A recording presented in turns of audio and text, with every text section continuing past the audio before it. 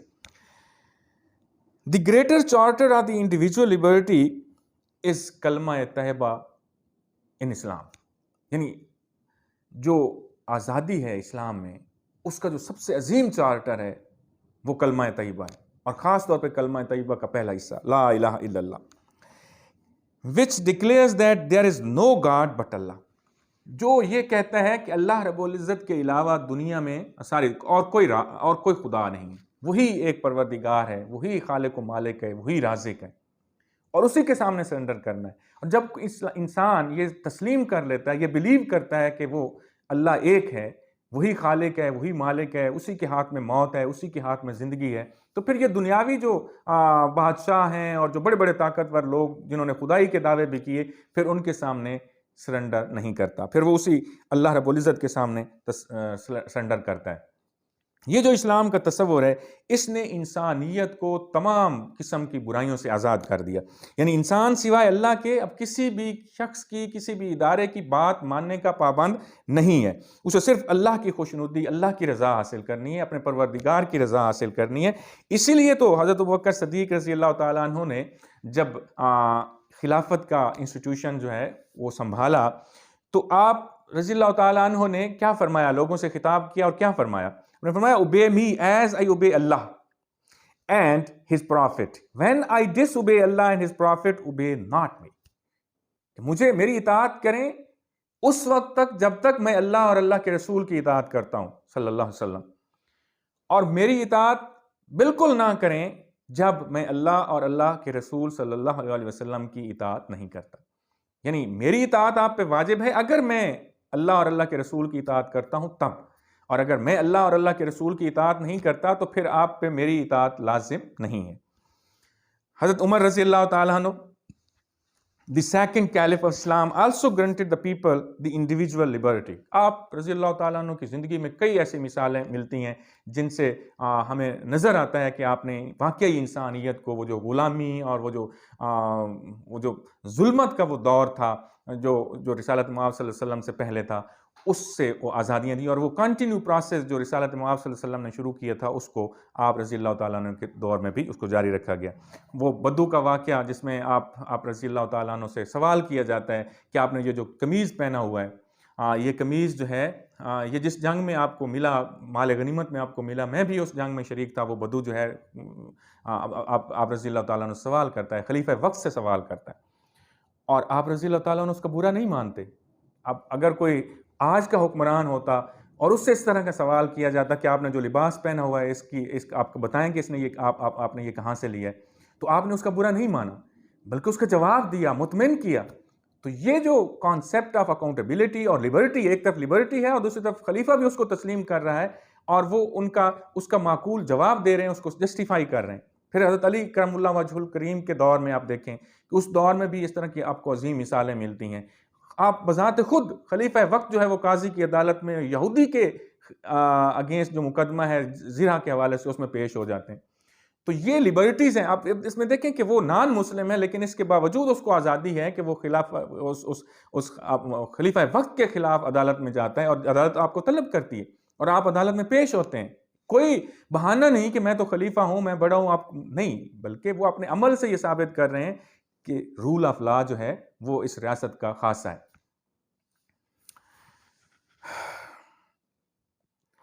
ایک دفعہ حضرت عمر فاروق رضی اللہ تعالیٰ عنہ خواتین کے حق مہر کے حوالے سے حق مہر کا تعین کرنے، چونکہ مختلف جگہوں پہ مختلف اختلافات ہوتے تھے، حق مہر کے حوالے سے جھگڑے ہوتے تھے، تو آپ رضی اللہ تعالیٰ عنہ نے کوشش کی کہ حق مہر کا تعین کر دیا جائے۔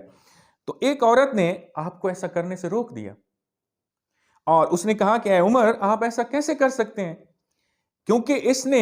کیونکہ اللہ رب العزت نے اس کو دونوں پارٹیوں یعنی مرد اور عورت کے درمیان مشاورت سے طے کرنے کا حکم دیا۔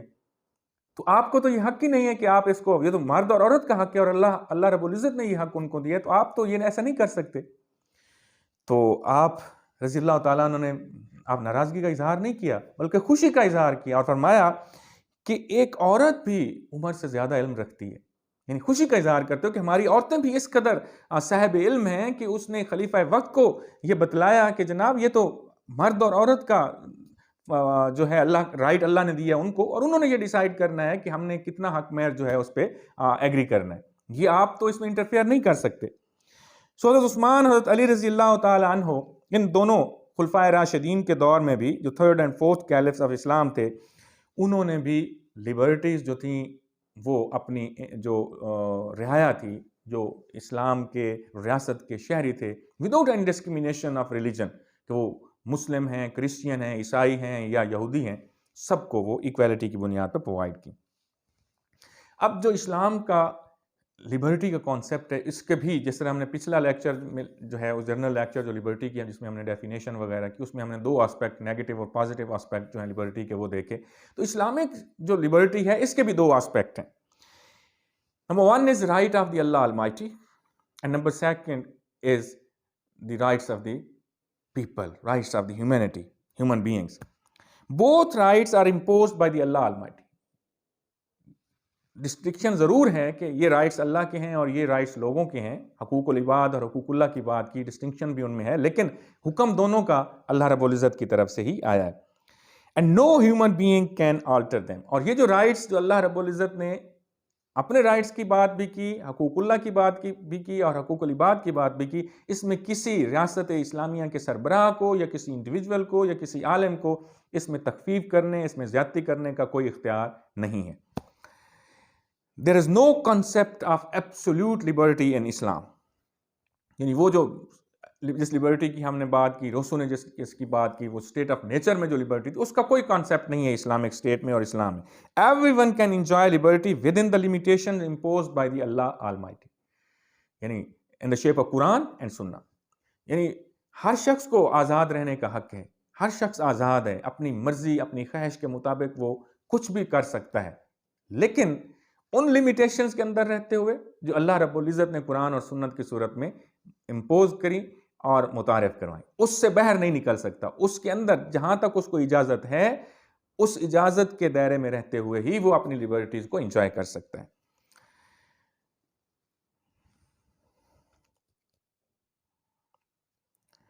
یہ جو رائٹس آف اللہ آلمائٹی ہیں ان کی طرف ہم آتے ہیں، جو کہ 2 آسپیکٹس میں نے آپ کے سامنے رکھے کہ 2 آسپیکٹ ہیں right of Allah, rights of Allah. There are certain limitations on human beings who cannot override by them. Who cannot override them. یعنی انسانیت پر، لوگوں پر بہت ساری پابندیاں ہیں، لمیٹیشنز ہیں، اور وہ ان لمیٹیشنز کو اوور رائڈ نہیں کر سکتے، ان سے نظر چرا نہیں سکتے۔ اللہ از alone، اللہ اکیلا ہے، تنہا ہے، واحد ہے۔ He is all sovereign and powerful، اور وہی خالق و مالک ہے، وہی صاحب اقتدار ہے، وہی مقتدر اعلیٰ ہے۔ No one can share his authority، اور اس کی sovereignty اور اس کی authority کا کوئی شریک کار نہیں ہے۔ یہ بات بلیو کرنی ہے، یہ رائٹ آف اللہ ہے۔ دوسری بات، اللہ all the human beings are obliged to worship him only، اور تمام جو انسانیت ہے، چونکہ اللہ آلمائٹی ساورن ہے، چونکہ وہ مالک و خالق ہے، تو تمام انسان جو ہیں ان کے لیے لازم ہے کہ وہ اسی ایک واحد کی، اسی ایک پروردگار کی، اسی خالق اور مالک کی اطاعت کریں اور اسی کی پوجا کریں۔ تیسری بات، no one can ask or help except اللہ، یہ بلیو کرنا کہ اللہ کے علاوہ کوئی نہ آپ کی مدد کر سکتا ہے اور نہ ہی آپ کسی کو مدد کے لیے کہہ سکتے ہیں۔ ایک اللہ ہے جو سب کا خالق و مالک ہے، جو پروردگار ہے، جو ساورن ہے، جو مدد کر سکتا ہے۔ دنیا میں کوئی اور ایسی چیز نہیں ہے، کوئی ایسا ادارہ نہیں ہے، کوئی ایسی کوئی ہستی نہیں ہے جو آپ کی مدد کر سکے۔ اللہ رب العزت یہ بلیوز ہیں اور یہی رائٹس ہیں اللہ رب العزت کے۔ His worship can not be discontinued، اور یہ یقین رکھنا کہ اس کی جو عبادت ہے وہ ڈسکنٹینیو نہیں ہوتی، وہ ہمیشہ ہمیشہ ہمیشہ ہمیشہ کے لیے ہوتی رہتی ہے، وہ کنٹینیوڈ ہے۔ اب ہم rights of the human beings کی طرف آئیں گے۔ یہ تو اللہ کے رائٹس ہیں کہ یہ اعتقادات ہیں، بلیفس ہیں، بنیادی طور پہ کہ اللہ کو ہم مقتدر اعلیٰ مانیں، اس کا کوئی شریک نہ مانیں، اور اس کی اطاعت جو ہے، اس کی ورشپ صرف اسی کی کریں، اسی سے مدد طلب کریں، اور اس کی تسلیم کریں کہ اس کی ورشپ آلویز کنٹینیوڈ ہے۔ اب رائٹس آف پیپل کیا ہے؟ Number 1، no one can snatch the rights of other but he should fulfil them. کسی کو یہ حق نہیں ہے کہ وہ دوسروں کے حقوق کو سنیچ کرے، چھینے، بلکہ اس کا فرض ہے کہ وہ ان حقوق کو فلفل کرے، پورا کرے۔ Everyone should be respectful to others. تمام لوگ جو ہیں دوسروں کے لیے صاحب عزت ہوں یا دوسروں کی عزت کریں، ریسپیکٹ کریں۔ Everyone should order for rightful things. امر بالمعروف کی بات ہے کہ ہر شخص کا یہ فرض ہے کہ اس کو دوسروں کو وہ اچھائی کا حکم دے۔ Everyone should forbid from the bad things. اور ہر ایک شخص کی یہ ذمہ داری ہے کہ وہ دوسروں کو برائی سے روکے۔ Be respectful to the laws of the country. اور یہ بھی آپ کی ذمہ داری ہے، یہ بھی رائٹ ہے، right of the human beings ہے کہ وہ جو بھی ریاست کا قانون ہے اس کی تابعداری کریں، اس کی اطاعت کریں۔ Do not be harmful for other. اور دوسروں کے لیے نقصان کا سبب نہ بنے، دوسروں کو نقصان پہنچانے والے نہ بنے۔ The Holy Prophet, peace be upon him, declared the important declarations on the occasion of the fall of Makkah regarding the liberty, rights and the equality of the human being۔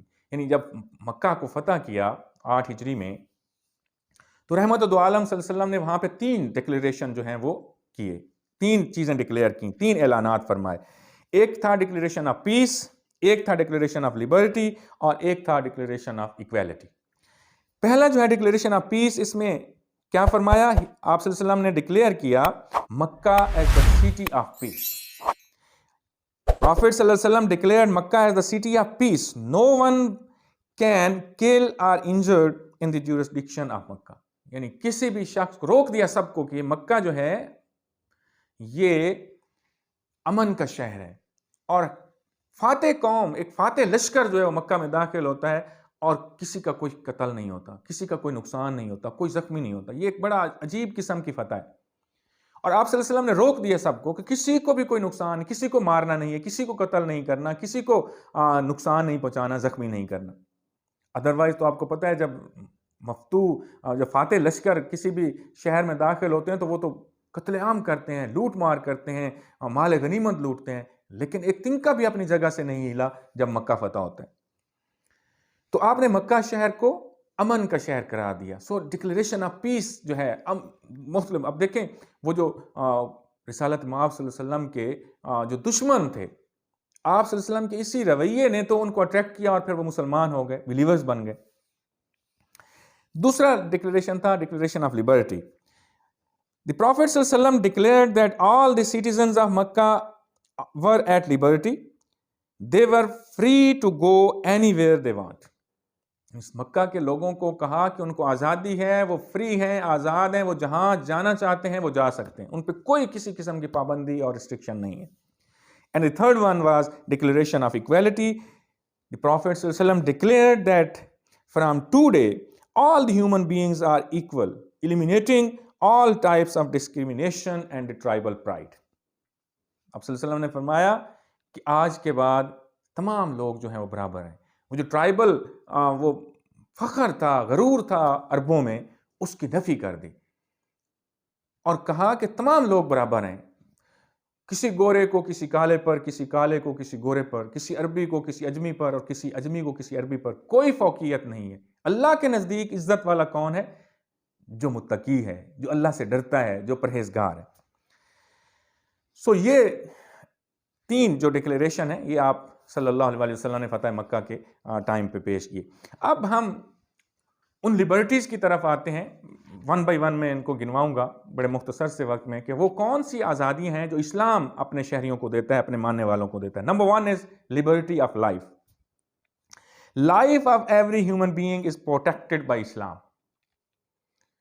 اسلام جو ہے وہ ہر شخص without any discrimination of religion, colour, caste, grade, کسی بھی قسم کی کوئی ڈسکریمنیشن نہیں ہے۔ سب کی جو ریاست اسلامیہ کے شہری ہیں، چاہے وہ ذمی ہیں، چاہے وہ بلیورز ہیں، چاہے وہ نان بلیورز ہیں، ان کا کسی بھی قوم سے تعلق ہے، کسی بھی نسل سے تعلق ہے، وہ ریاست اسلامیہ کی جورسڈکشن میں رہتے ہیں، تو یہ اس کی ذمہ داری ہے، اور اسلام پروٹیکٹ کرتا ہے ان کی لائف کو۔ اس کا مطلب یہ ہرگز نہیں ہے کہ کوئی شخص جو ہے وہ اگر ایک مسلمان کسی دوسرے مسلمان کو مارتا ہے، قتل کرتا ہے، تو اس کی سزا تو موت ہے۔ تو اگر ایک مسلمان کسی غیر مسلم کو مارے، قتل کرے، تو کیا اس کی سزا مختلف ہے؟ ہرگز نہیں ہے۔ اس میں کوئی ڈسکریمنیشن نہیں ہے۔ اگر مسلمان کو قتل کرتا ہے تو اس کی سزا موت ہے، تو اگر مسلمان کسی غیر مسلم کو قتل کرتا ہے تو اس کی سزا بھی موت ہے۔ ایکویلٹی آف لا ہے۔ اور اگر کوئی غیر مسلم کسی مسلمان کا قتل کرتا ہے تو اس کی سزا بھی سیم ہے۔ تو اس میں کوئی یہ رنگ، کلر یا مذہب کی بنیاد پہ کوئی مطلب ڈسکریمنیشن نہیں ہے، تمام کے لیے برابر ہے۔ قرآن میں اللہ رب العزت ارشاد فرماتے ہیں کہ جس نے ایک شخص کا قتل کیا گویا اس نے پوری انسانیت کا قتل کیا، اور جس نے ایک شخص کی جان بچائی گویا اس نے پوری انسانیت کی جان بچائی۔ تو یہ پیغام ہے امن کا، یہ پیغام ہے انسان کی زندگی کا جو تقدس ہے اس کا، جو اسلام ہمیں دیتا ہے۔ اسلام میں صرف دو لوگوں کو قتل کرنے کی اجازت ہے۔ ایک تو وہ جس نے کسی دوسرے بے گناہ شخص کا قتل کیا، اس کو سزا کے طور پر، پنشمنٹ کے طور پر، اور وہ بھی یہ نہیں ہے کہ کوئی خود بخود بھی اس کو قتل کر دے، باقاعدہ وہ عدالتی پروسیس جو ہے اس سے گزار کے پھر اس پہ اگر ثابت ہو جاتا ہے قتل تو پھر اس کی سزائے موت ہے اور اس کو قتل کیا جاتا ہے۔ اور دوسرا وہ شخص جو زمین پہ، اللہ کی زمین پہ دنگا کرتا ہے، فساد کرتا ہے، لوگوں کے لیے وہ زندگیوں کو اجھرن کر دیتا ہے اور چیلنج کرتا ہے لوگوں کی اسلام کو، اور اسلام کی جو ریاست ہے اس کی سوورینٹی کو چیلنج کرتا ہے اور لوگوں کے لیے عذاب اور درد سر بن جاتا ہے۔ تو اس دنگا فساد کرنے والے کو، اسلامی ریاست کے خلاف بغاوت کرنے والے کو قتل کرنے کی اسلام اجازت دیتا ہے۔ دوسری آزادی ہے Liberty of property. Islam protects the property of all human beings without any discrimination of sex, without any discrimination of religion, color, caste, creed۔ تمام لوگ جو ریاست اسلامیہ کی جورسڈکشن میں رہتے ہیں ان کی پراپرٹی کی جو پروٹیکشن ہے یہ ریاست اسلامیہ کی ذمہ داری، اور اسلام کا یہ حکم ہے سب کے لیے برابر۔ مسلمانوں کی پراپرٹی کی حفاظت بھی اسلام کی ذمہ داری، ریاست اسلامیہ کی ذمہ داری ہے، اور غیر مسلموں کی پراپرٹی جو ہے اس کی پروٹیکشن کی ذمہ داری بھی ریاست اسلامیہ کی ہے۔ اسی طرح اسلام کسی شخص کو، چاہے وہ مسلمان ہے یا غیر مسلمان، بلیور ہے یا نان بلیور، کسی کو بھی غیر قانونی طریقے سے کسی کی جائیداد ہتھیانے یا جائیداد بنانے کی اجازت نہیں دیتا۔ اسلام صرف اسی صورت میں دوسروں کی جائیداد حاصل کرنے کی اجازت دیتا ہے بشرطے کہ جس کی جائیداد ہے وہ دینے کے لیے راضی ہو۔ اور یہاں تک کہ اگر ریاست اسلامیہ کو کسی غیر مسلم کی جائیداد بھی، مسلمان تو کجا رہا، غیر مسلم کی جائیداد بھی ایک کامن نیشنل انٹرسٹ کے لیے چاہیے تو اس کے لیے بھی وہ کمپنسیٹ کرے گی، اس کا وہ جتنا اس کا وہ لاس ہے، جتنی اس سے جائیداد لی جا رہی ہے اس کے بدلے میں اس کو کمپنسیشن دی جائے گی۔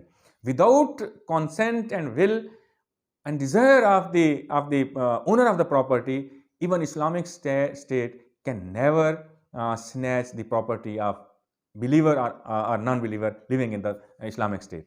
So یہ دیکھیں ایک بہت عظیم چیز ہے جو اسلامک اسٹیٹ نے، اور یہ جو ماڈرن ڈیموکریٹک اسٹیٹس ہیں ان میں یہ اگر چیزیں پائی جاتی ہیں تو بنیادی طور پہ یہ یہاں سے لی گئی ہیں۔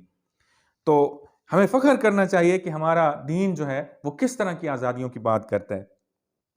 تیسری لبرٹی ہے جی ریلیجن کی، لبرٹی آف ریلیجن۔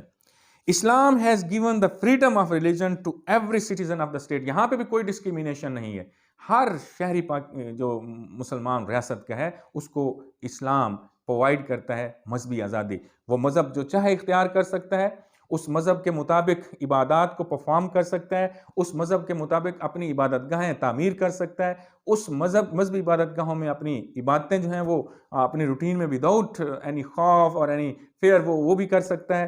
اور کوئی اس کو، بلکہ ریاست کی یہ ذمہ داری ہے، اسلام کہتا ہے کہ یہ اسٹیٹ کی ذمہ داری، اسلامک اسٹیٹ کی ذمہ داری ہے کہ ان کے لیے ایسی انوائرمنٹ پیدا کرے کہ وہ آسانی کے ساتھ یہ اپنی تمام جو مذہبی ایکٹیویٹیز ہیں ان کو پرفارم کر سکیں، ایڈاپٹ کر سکیں۔ قرآن کیا کہتا ہے؟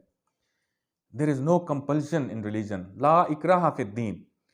دین میں کوئی جبر نہیں ہے۔ یہ جو ہم پہ مسلمانوں پہ جو یہ ایک پروپوگیٹ کیا جاتا ہے مغربی میڈیا کی طرف سے کہ اسلام تو تلوار، اور خاص طور پر انڈین میڈیا کی طرف سے کہ اسلام تو تلوار کی بنیاد پہ پھیلا، تو اگر اسلام تلوار کی بنیاد پہ پھیلا ہوتا تو ہندوستان پہ 1000 سال مسلمانوں نے حکومت کی، اور جب پاکستان ہندوستان آزاد ہوتے ہیں تو اس وقت یہاں پہ 20% سے زیادہ مسلمان نہیں تھے. اگر ان 1000 سالوں میں تلوار کے زور پہ اسلام پھیلتا تو ہندوستان میں تو ایک بھی غیر مسلم نہ ہوتا.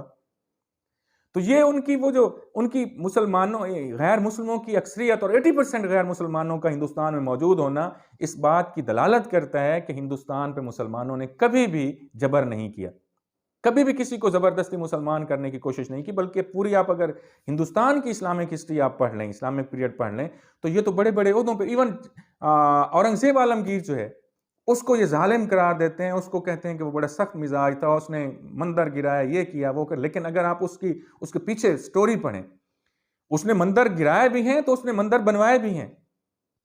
جہاں پہ دیکھیں رسالت مآب صلی اللہ علیہ وسلم نے مسجد ضرار کو گروا دیا تھا نا، تو وہ مندر جہاں پہ ریاست کے خلاف ایکٹیویٹیز ہوں گی اور اس مندر کو استعمال کیا جائے گا ریاست کے خلاف ایکٹیویٹیز کے لیے، تو اس کو اس نے گروایا. لیکن ایٹ دا سیم ٹائم اس نے بہت ساری جگہوں پہ مندرس بنوائے بھی. تو تصویر کا ایک رخ جو ہے وہ میڈیا میں دیا جاتا ہے، دوسرا نہیں دیا. اسلام جو ہے بنیادی طور پہ، ہم تو اسلام کی بات کریں، ہم کسی انڈیویجول تو غلطیاں کرتے رہتے ہیں. اسلام کیا کہتا ہے؟ تو اسلام جو ہے وہ جبر کی بات نہیں کرتا. اسلام تو ایکویلٹی کی بات کرتا ہے. اسلام تو سب کی سروائیول کی بات کرتا ہے. اسلام تو ان کے ریلیجن کی پروٹیکشن کی بات کرتا ہے. Islamic state protects the rights of the people without any discrimination of religion. Even جو ریلیجیس مینورٹیز ہیں ان کی حقوق کو پرفارم کرنا اور ان کے حقوق کا تحفظ، یہ ریاست اسلامیہ کی بہت بڑی ذمہ داری ہے. اور اگر کوئی حکمران اس ذمہ داری کو نہیں نبھاتا تو پھر اس ریاست کو وہ ریاست جو ہے اسلامی اصولوں کے مطابق نہیں چلائی جا رہی. اگلی جو ہے جی فریڈم آف ایکسپریشن، یعنی ایکسپریشن کی لبرٹی، آزادی، اظہار رائے کی آزادی. There are two aspect of expression with regard to religious matters and non-religious matter. یعنی ایکسپریشن آپ نے کرنی ہے، آزادی اظہار رائے کا آپ کو حق دے رہا ہے اسلام. تو اس میں دو اس کے آسپیکٹ ہیں. ایک تو مذہبی معاملات ہیں، ان میں کیا آپ کو آزادی حاصل ہے اظہار کرنے کی، اور دوسرے جو دنیاوی معاملات ہیں جو نان ریلیجیس ہیں. تو مذہبی معاملات جو قرآن اور سنت سے ثابت ہیں ان پہ تو کوئی رائے نہیں ہے. ان میں نہ آپ تخفیف کر سکتے ہیں نہ ان میں آپ اضافہ کر سکتے ہیں. اس پہ تو کوئی دو رائے نہیں ہے، اس پہ آپ کو حق ہی نہیں ہے کہ آپ بولیں. لیکن جو دوسرے معاملات ہیں، جو دنیاوی اور ریاستی معاملات ہیں، کنٹمپریری ایشوز ہیں، ان پہ سب کو وداؤٹ اینی ڈسکریمنیشن سب کو یہ پورا رائٹ ہے کہ وہ اپنی آزادی سے رائے کا اظہار کریں. مذہبی معاملات میں تو جو رائے اللہ کی ہے، جو ہدایات اللہ رب العزت کی ہیں، وہ قرآن اور سنت کی صورت میں ان پہ عمل کرنا ہر مسلمان، ہر بلیور کا فرض ہے. اور لوگوں کو ان معاملات میں کسی بھی قسم کی آزادی نہیں ہے. لیکن غیر مذہبی معاملات میں لوگوں کو واضح آزادی ہے کہ وہ حالات کے مطابق اپنے فیصلے خود کر سکتے ہیں، اس میں ان پہ کوئی پابندی نہیں ہے. اس کے بعد ہے جی لبرٹی آف ایجوکیشن، تعلیم کی آزادی. اسلام نے انسانیت کو دعوت دی کہ وہ کائنات کے وجود کو ایکسپلور کرے. اور ایکسپلور کیسے ہو سکتا ہے؟ جب آپ ایجوکیٹ ہوں گے، جب آپ تعلیم حاصل کریں گے، آپ انڈرسٹینڈنگ ڈیولپ کریں گے، نالج آپ کے پاس ہوگا، تب آپ ایکسپلوریشن کی بات کرتے ہیں، تب آپ آگے بڑھتے ہیں. اس کی وجوہات اور مقاصد پر غور کرنے کا اللہ رب العزت نے، یہ کائنات کیوں بنی، کیسے بنی، کب بنی، یہ جو کویسچنز ہیں، یہ اللہ تعالیٰ نے اس کے وجود پر غور کرنے کی بات کی، دعوت دی لوگوں کو. So Islam grants the liberty of education and knowledge. Islam دعوت دیتا ہے کہ علم حاصل کرو، نالج کو. اور پھر اسلام نے تو تعلیم کو لازمی قرار دیا، اور صرف مردوں کے لیے نہیں، چونکہ اس وقت جو میل ڈومینیٹڈ سوسائٹی تھی، اسلام نے عورتوں پر بھی تعلیم کو لازمی قرار دیا. رسول کریم رحمت للعالمین صلی اللہ علیہ وسلم نے، آپ صلی اللہ علیہ وسلم کی حدیث ہے، طالب العلم فریضۃ علی کل مسلم و مسلمۃ. علم کا حاصل کرنا تمام مسلمان مردوں اور عورتوں پر فرض ہے. اس کے بعد اگلی لبرٹی ہے جی ریزیڈنٹس کی، liberty of residents. Islam has provided the liberty of residence to all human beings except those who create disturbance, disorder. یعنی اسلامک اسٹیٹ میں تمام لوگوں کو آزادی دیتا ہے کہ وہ وہاں پہ اپنی رہائش اختیار کر سکتے ہیں، اور ریاست کی جس جگہ پر، جس کونے میں بھی وہ رہنا چاہیں وہ رہ سکتے ہیں. صرف ان لوگوں کو اجازت نہیں ہے جو ریاست میں دنگا فساد کرتے ہیں، جو ریاست میں ڈسٹرکشن کے ذمہ دار ہیں، ڈس آرڈر کے ذمہ دار، ان کو وہ اجازت نہیں دیتا. Islam also provides the right of privacy of personal life to everyone. Personal life کی پرائیویسی ہے اس کا بھی اسلام گارنٹی دیتا ہے، حکم دیتا ہے اس کی پروٹیکشن کا، اور یہ ریاست کی ذمہ داری ہے اسلامک اسٹیٹ کی. ایسے قرآن کریم میں اللہ رب العزت فرماتے ہیں O you believe enter not houses of the other than your own without announcing of your presence and invoking peace upon the folk thereof that is better for you that you may be heedful. اس کا مطلب کیا ہے؟ اس کا مطلب یہ ہے کہ اسلام کہتا ہے، اللہ رب العزت قرآن کریم میں فرماتے ہیں کہ دوسروں کے گھروں میں وداؤٹ اپنی اناؤنسمنٹ کیے، یعنی ناک کیے بغیر، ان کو بتائے بغیر دوسروں کے گھروں میں بھی داخل، ایون اپنے گھر میں بھی داخل نہیں ہونا چاہیے. And invoking peace upon the folk, اور جو گھر والے ہیں ان کو سلام دیے بغیر، ان پہ سلام بھیجے بغیر.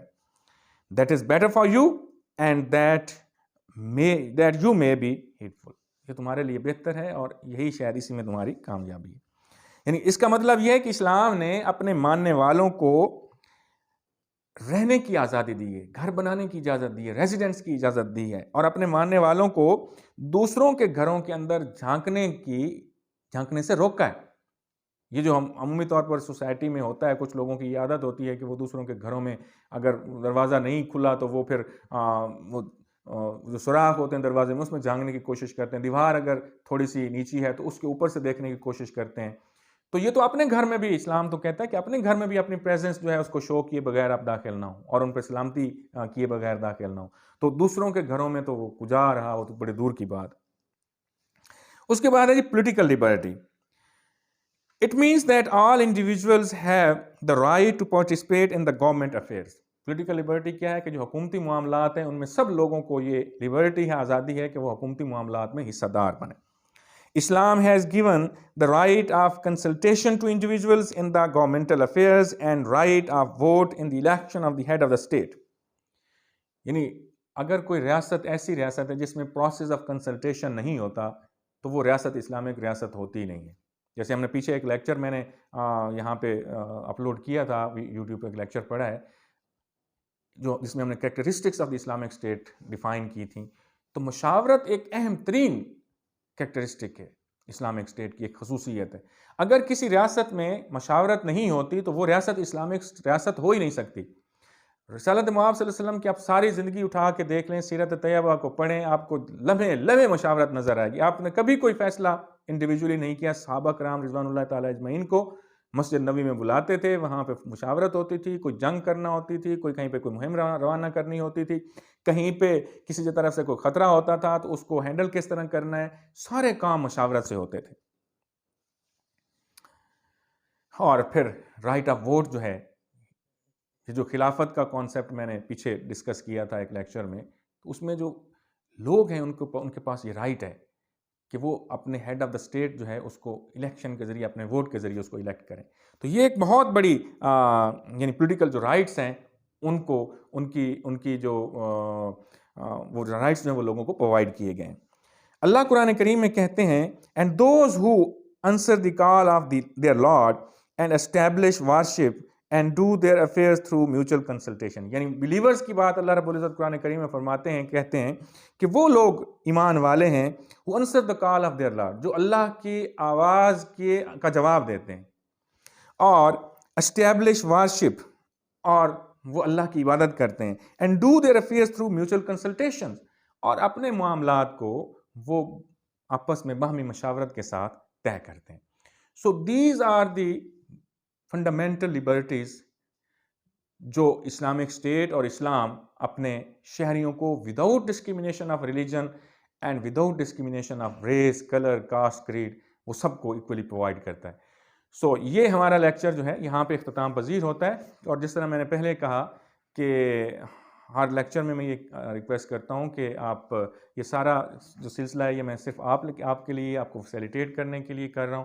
تو اس میں آپ مجھے اپنی فیڈ بیک ضرور دیا کریں، اور چینل کو ضرور سبسکرائب کریں، اور ویڈیوز کو اپنے دوستوں تک شیئر کیا کریں تاکہ زیادہ سے زیادہ لوگ اس سے فائدہ اٹھا سکیں. Thank you so much.